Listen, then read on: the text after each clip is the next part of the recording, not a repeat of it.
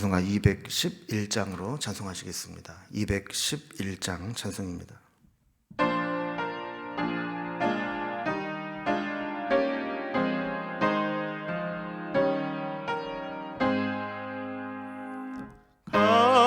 값비싼 향유를 주께 드린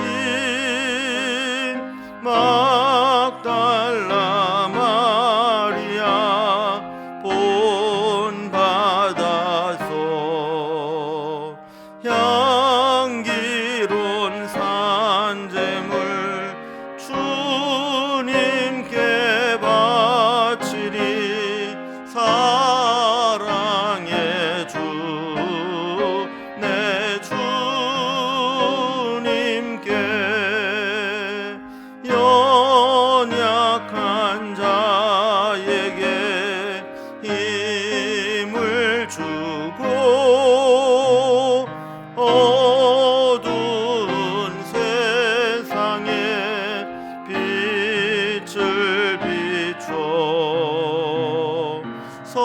성실과 인내로 내 형제 이끌리. 사랑의 주 내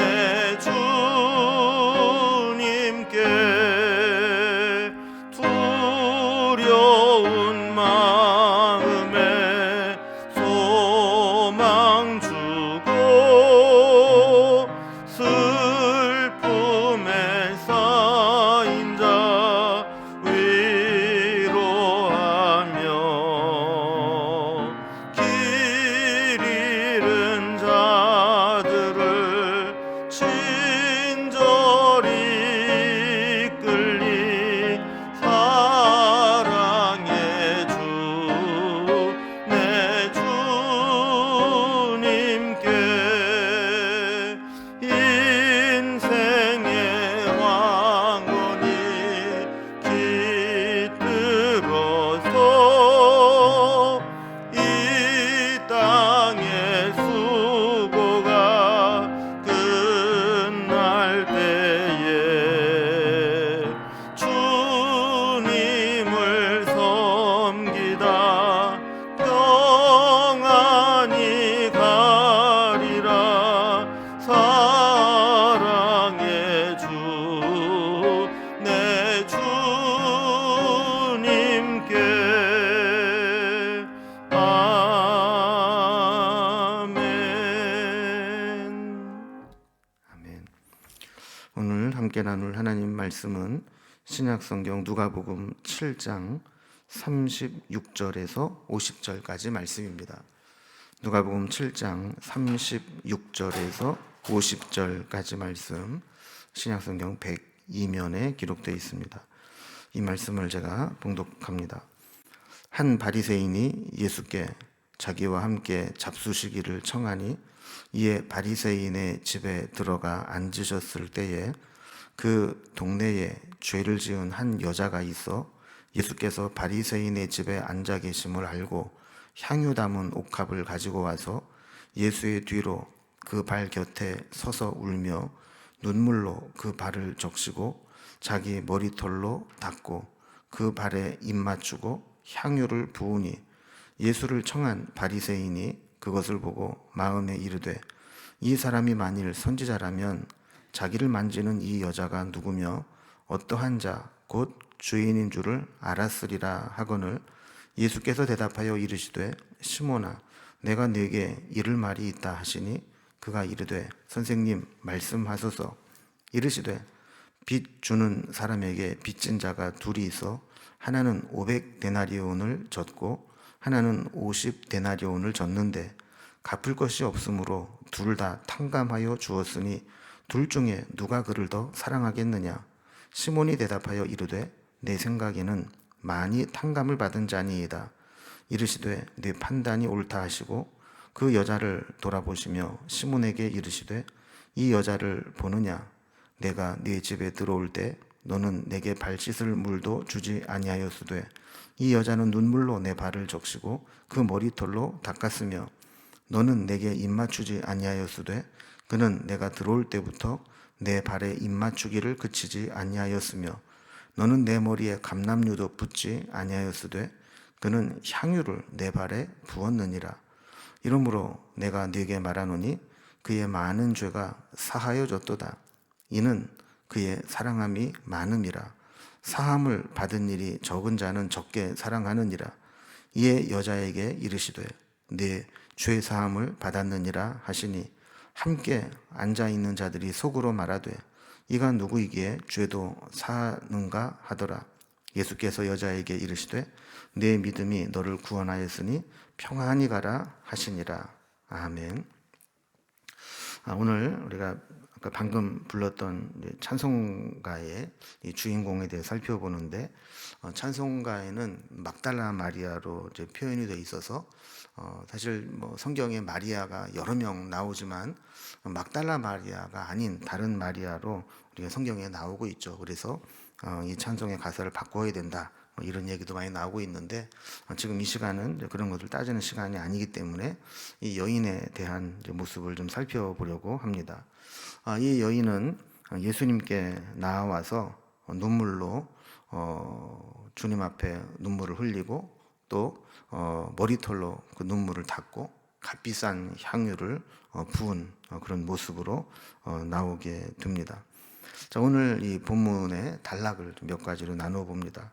먼저 36절에서 39절까지 보면 예수님 발에 향유를 부은 죄 지은 여인에 대해서 상황을 설명하고 있습니다.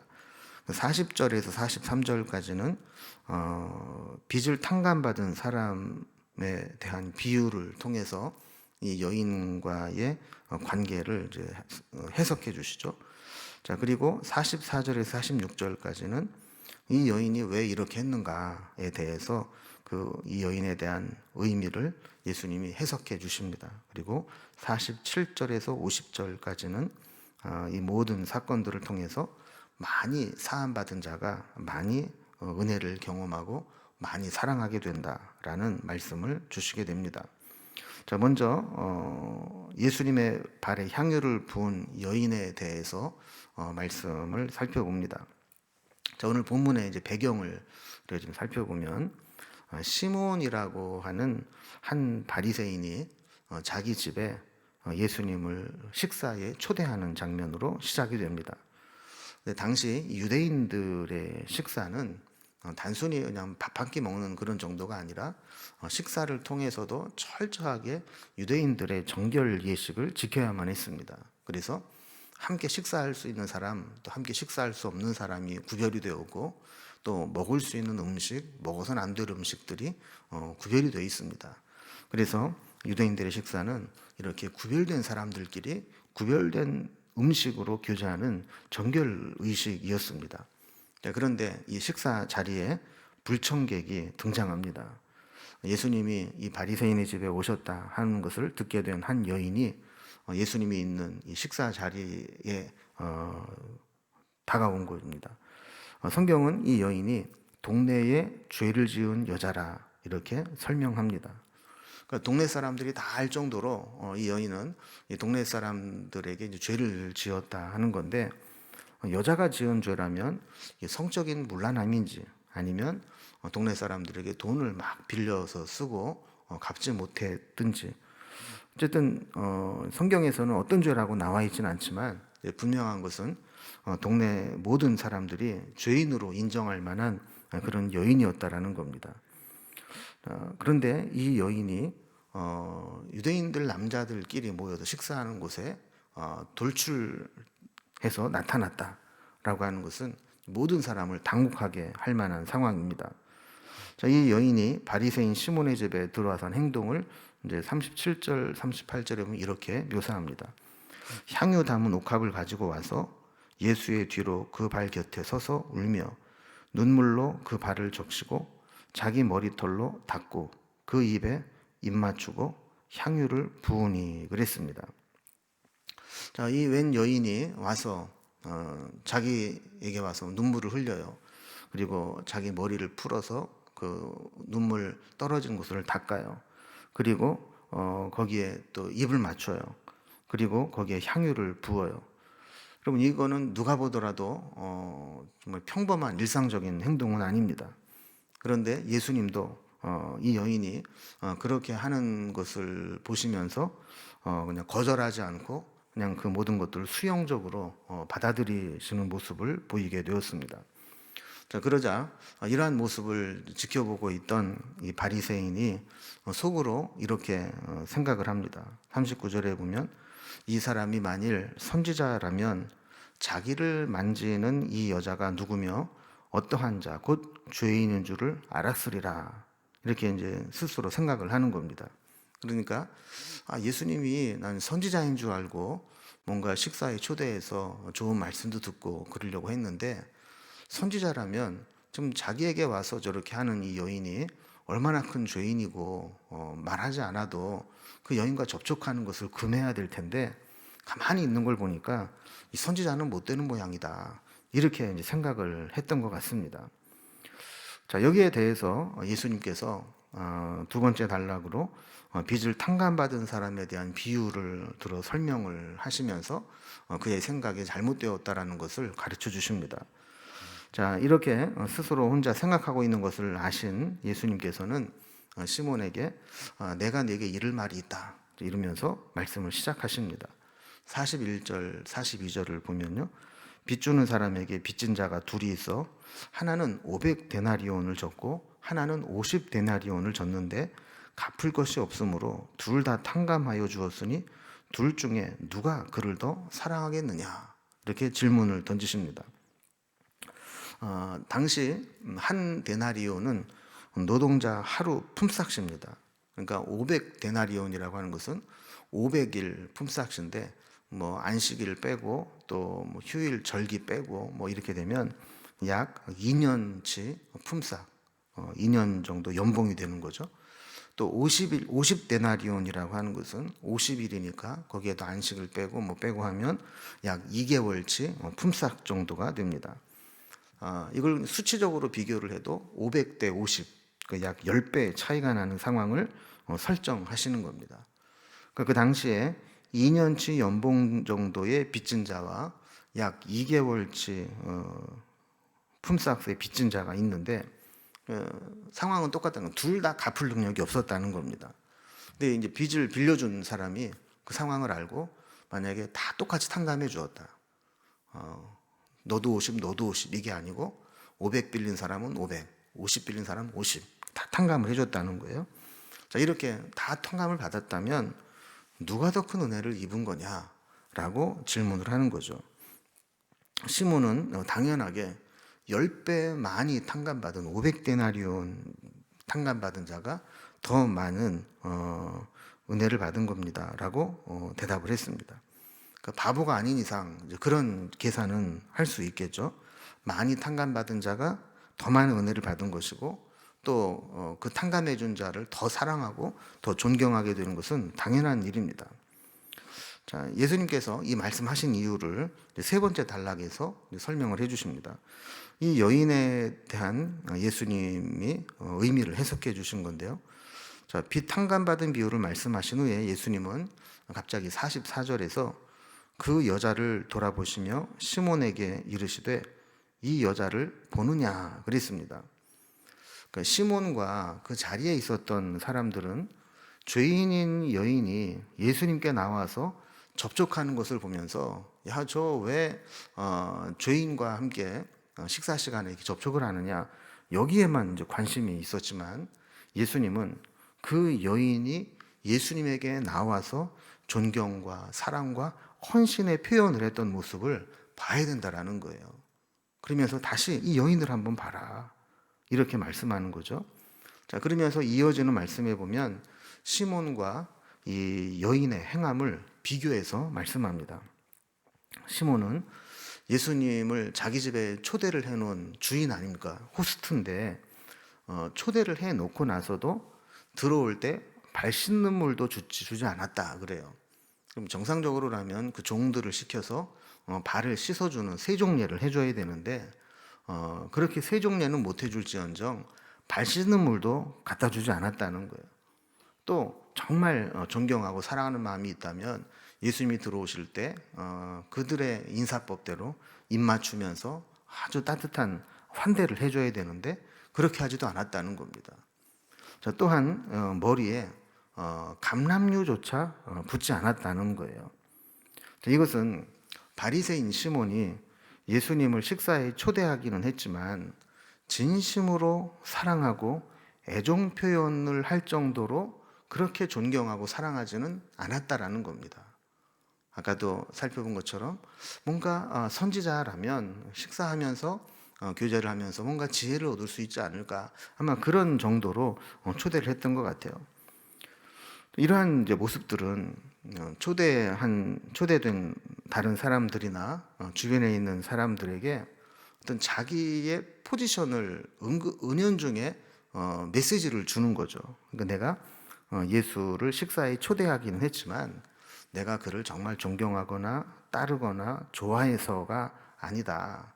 그러니까 식사에 초대는 했지만 내 필요를 위해서 한 것이고 나는 충분히 그분과 거리를 두고 있다.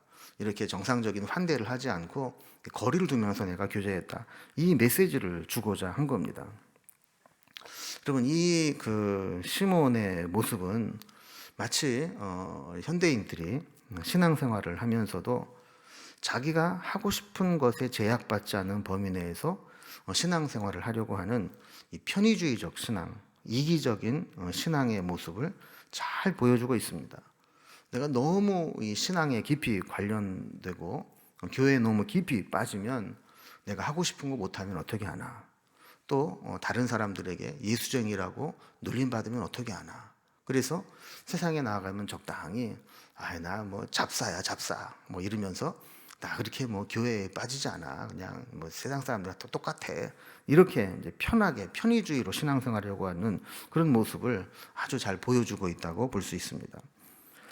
그러면 여기에 비해서 이 바리새인 시몬에 비해서 예수님께 나왔던 여인은 어떤 모습을 했다고 예수님이 평가하세요?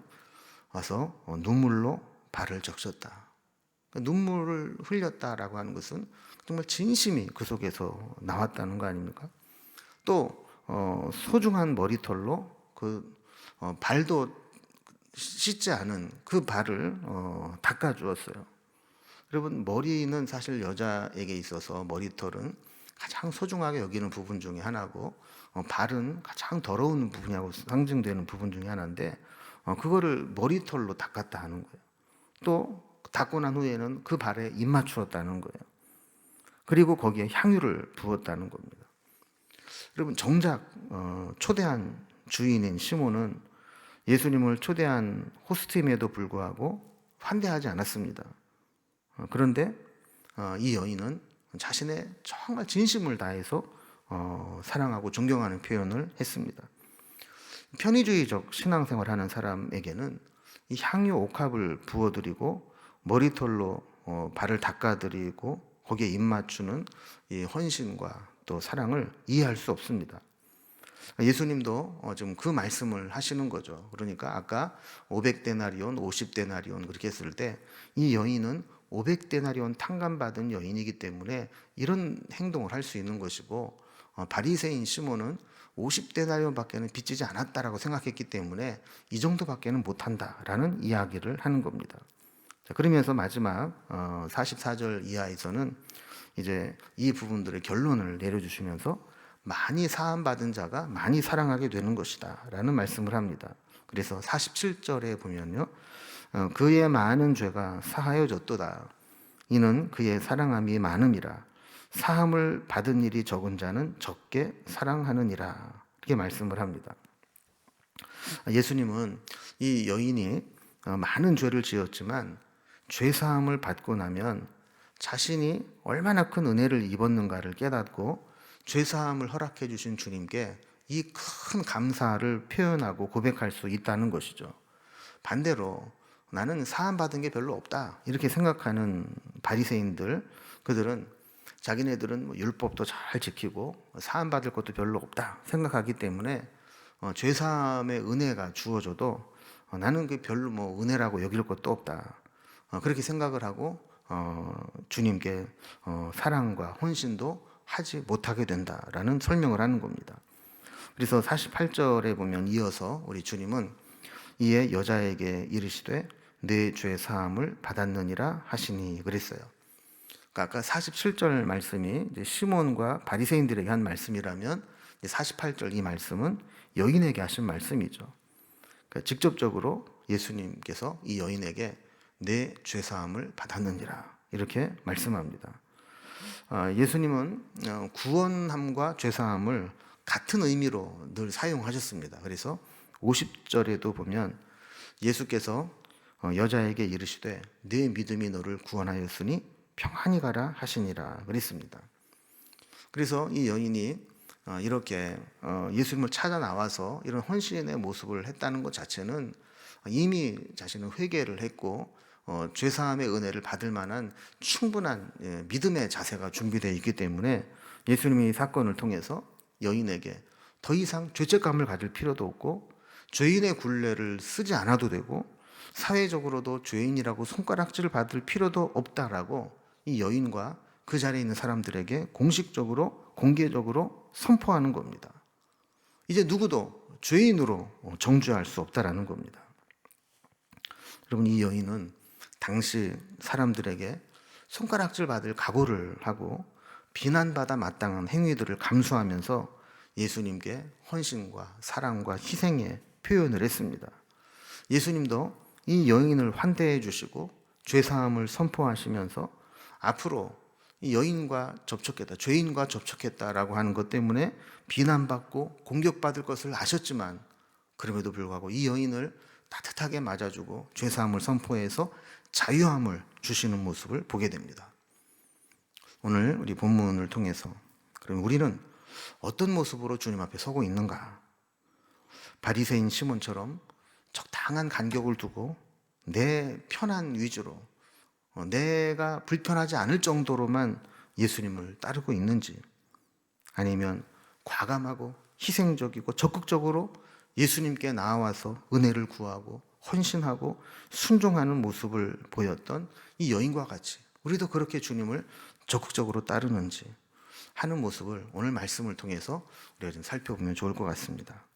바라기는 우리가 이 여인과 같이 은혜의식으로 충만해서 은혜 받은 자로서 마땅히 당연히 과감하고 적극적으로 주님께 헌신과 사랑과 순종의 고백을 하면서 주님을 기쁘시게 하며 살아갈 수 있기를 주님의 이름으로 기원합니다. 기도하겠습니다.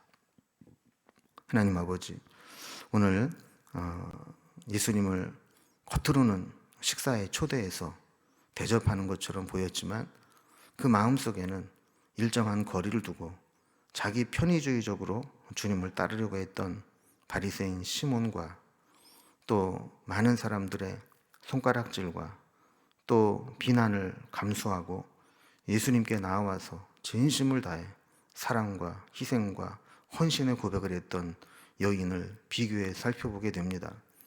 우리는 어떠한 자세로 주님을 따르고 있는지 돌아보게 하여 주시고 늘 하나님을 기쁘시게 하고 주님께 칭찬받을 만한 그러한 신앙의 자세를 가지고 살아가는 저희들이 되게 하여 주옵소서. 오늘도 우리가 하루를 살아가는 날 동안 필요한 은혜를 베풀어 주시고 어디를 가든지 누구를 만나든지 주님을 기쁘시게 하는 자로 살아갈 수 있도록 인도해 주옵소서. 또한 연약함을 아시고 부족함을 아시는 주님께서 기도할 때마다 구하는 것이나 생각하는 것에 넘치도록 응답하여 주시고 날마다 기도 응답의 간증이 살아 넘치는 신앙생활, 기도생활이 될 수 있도록 또한 인도하여 주옵소서. 주님께 우리 모든 삶을 부탁드리며 예수님의 이름으로 기도드리옵나이다. 아멘. 또 각자 기도의 제목들로 주님께 기도하는 시간을 갖겠습니다.